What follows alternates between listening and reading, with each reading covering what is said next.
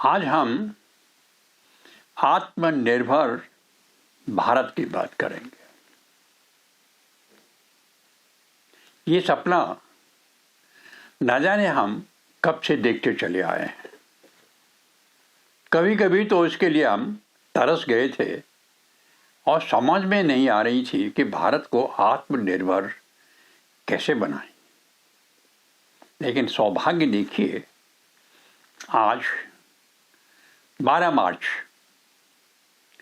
पोखरण में रेंज है पोखरण, वहाँ पे आज हम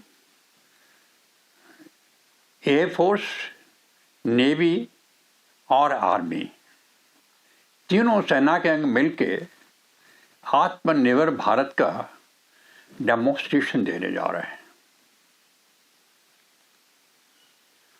20 देशों के प्रतिनिधियों को बुलाया हुआ है। देश के गणमान्य लोग वहां पहुंचे हुए हैं। वीआईपी वीवीआईपीओ का तांता लगा हुआ है और पोखरण रेंज, जिसका विस्तार मीलों में है, बहुत बड़ा विशाल रेंज है पोखरण रेंज, जो जैसलमेर के पास में स्थित है और साथ पे एक पोखरण टाउन है। ये बहुत ही एक ऐसा रेंज है जहां आमतौर पे इस तरह के डेमोन्स्ट्रेशंस होते रहते हैं। और आपको याद हो तो न्यूक्लियर का जो हमने डेमोन्स्ट्रेशन, जो हमने परीक्षण किया था, वो भी यहीं हुआ था। आज आप देखेंगे, जौहर देखेंगे जांबाजों के, और करतब देखेंगे जो हमने अभी नए नए हथियार बनाए हुए हैं। आमतौर पे हम जब इस तरह का डेमोन्स्ट्रेशन करते हैं तो एक कहानी गढ़ते हैं। कहानी में हम होते हैं, हमारी सेना होती है, दुश्मन की सेना होती है। उसमें हम कुछ टारगेट निश्चित करते हैं, उन टारगेटों को नाम दे देते हैं और उन टारगेटों पे जैसे हमला हम करते हैं, आमतौर पे जैसे हमला करते हैं, उसी तरह से बारी बारी वेपन से आके हमला किया जाता है और लिव अम्युनिशन फायर किया जाता है, साक्षात झूठा नहीं, सच्चा। और जब गोलाबारी होती है टारगेट पे और जब दुश्मन पे मार पड़ती है तो दर्शकों को अच्छा आनंद आता है। एक 1971 की आपको सच्चा सिनेरियो आपके सामने पेश करता हूं ताकि आपकी बात समझ में आएगी कि हमने क्या किया। खेमकरण सेक्टर में हमें फतेह सिंह वाला से इतना जबरदस्त प्रतिरोध मिल रहा था कि हमारा एडवांस रुक गया था। 3 दिन की कोशिश के बाद भी कुछ काम हो नहीं पा रहा था और अंत में डिसाइड हुआ था कि इस पर हमला किया जाए, इसको ख़त्म किया जाए। हमला करने के लिए डोगरा की एक रेजिमेंट को जिम्मेदारी मिली थी। उसकी सपोर्ट में पूरा डिवीजन आर्टिलरी का था। उसकी सपोर्ट के लिए एक स्क्वाड्रन टैंक्स मंगाया गया था और एयरफोर्स को 3 सोटियों के लिए हमने डिमांड भेज दी थी। हमला तो रात को होता है, दिन में सारी तैयारियां चलती हैं। तैयारियां चल रही थी हमारी हमले की। बीच में जो स्क्वाड्रन टैंक्स का आया हुआ था, उनके सीओ साहब आ गए। उनका, अरे भाई, एक ट्रुप टैंक को तो वो उधर बंद पे जाना था, गया क्यों नहीं?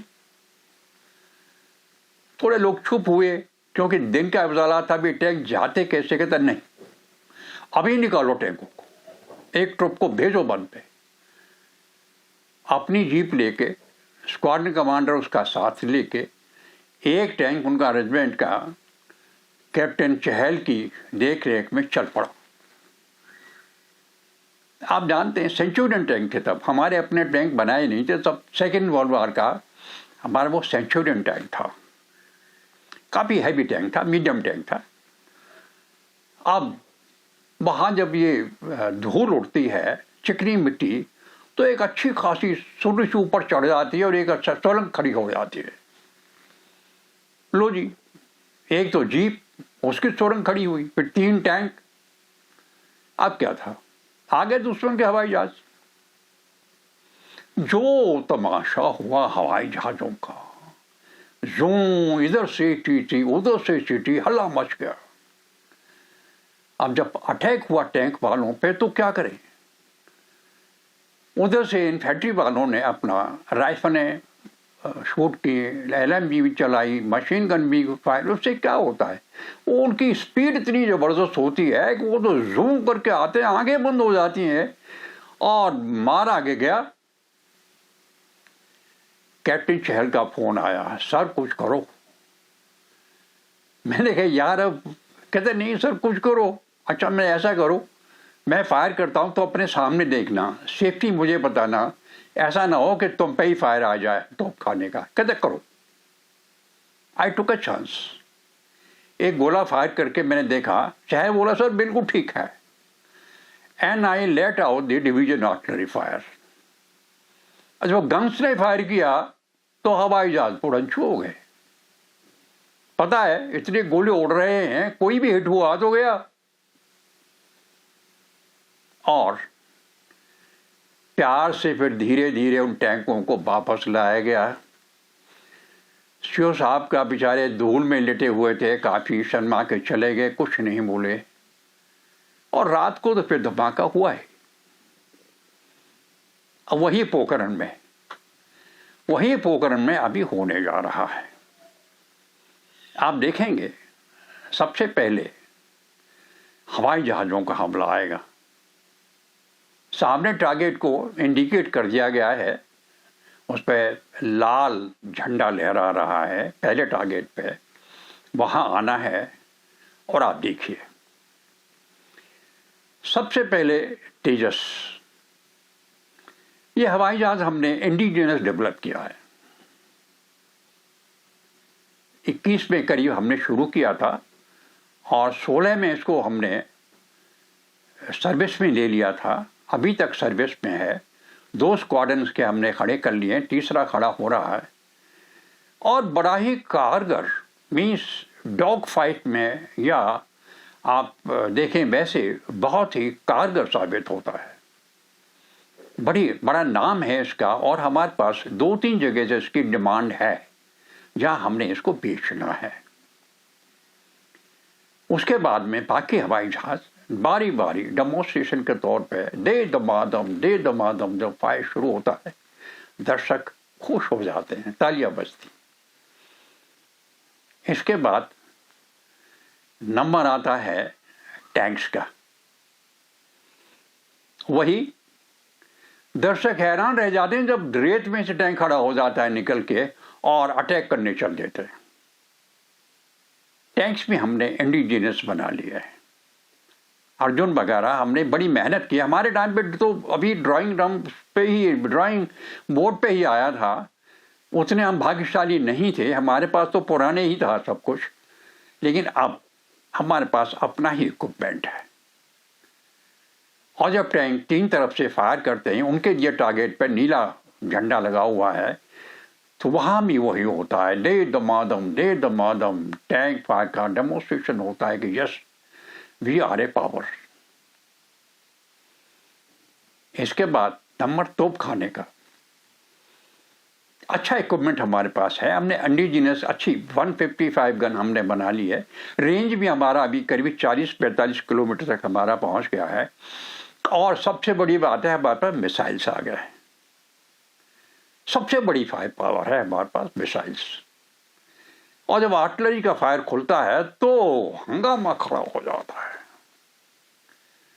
धरती हिलने लगती है उस तरह का, और पिन पॉइंट फायरिंग हो रही है। फिर तालियां, फिर पता लगता है कि यस भारत है, भारत में दम लौटा है, भारत आत्मनिर्भर है, भारत के पास लड़ने के लिए हथियार हैं। तोप खाने के बाद में इन्फेंट्री के हथियारों का नंबर आता है। जैसे मैंने कहा, वन डोगरा जब पलटन अटैक करती है, पलटन के पास अपना अलग राइफल्स होती हैं, लाइट मशीन गन होती है, स्टिंग गन होती है, पर्सनल वेपन पिस्तौलें होती हैं, उसके बाद में मशीन गन भी होती है और 2 इंच बॉर्डर होता है। तकरीबन इस तरह इतनी फायर पावर इन्फेंट्री के पास खुद में होती है। और जब वो हमला करती है तो फिर आयो गुरखाली और आयो और जय भवानी दुर्गे, उसके बाद तो कोहरा मच जाता है और दुश्मन को बेहोश करके मार देते हैं, पकड़ लेते हैं, भगा देते हैं और विजय श्री हमारे हाथ में आ जाती है। तालियां, भारत विजयी। हाँ, एक छोटा सा क्रैश, तेजस का क्रैश हो जाता है। पायलट तो दोनों इजेक्ट कर जाते हैं सेफ, कोई कैजुअल्टी नहीं होती, गांव वालों की कोई कैजुअल्टी नहीं होती। लेकिन एक सबसे बड़ी कैजुअल्टी होती है हमारी रेपुटेशन। 20 देशों के प्रतिनिधि आए हुए हैं, हमें उम्मीद थी शायद और हमें ऑर्डर मिलेंगे तेजस के, मिलेंगे भी, लेकिन एक तरह का एक जो झटका लगा है ये क्रैश होने का, 16 साल से ये सर्विस में है, अभी तक कोई क्रैश नहीं हुआ। This is the first time that the Tejas has crashed. उंगली उठ रही है, लेकिन कोर्ट ऑफ इंक्वायरी ऑर्डर हो गई है। ऐसे मौकों में स्पेशलिस्ट की कोर्ट ऑफ इंक्वायरी जो मेंबर्स होते हैं, कोर्ट ऑफ इंक्वायरी के स्पेशलिस्ट होते हैं, हर तरह की जिनको जानकारी होती है और वो तह तक पहुंचते हैं कि ये क्रैश हुआ तो क्यों हुआ, और अगर ये षड्यंत्र है भी तो हमें जवाब देने की क्षमता अभी भारत में है, अभी हमें क्षमता है। We can call spade a spade.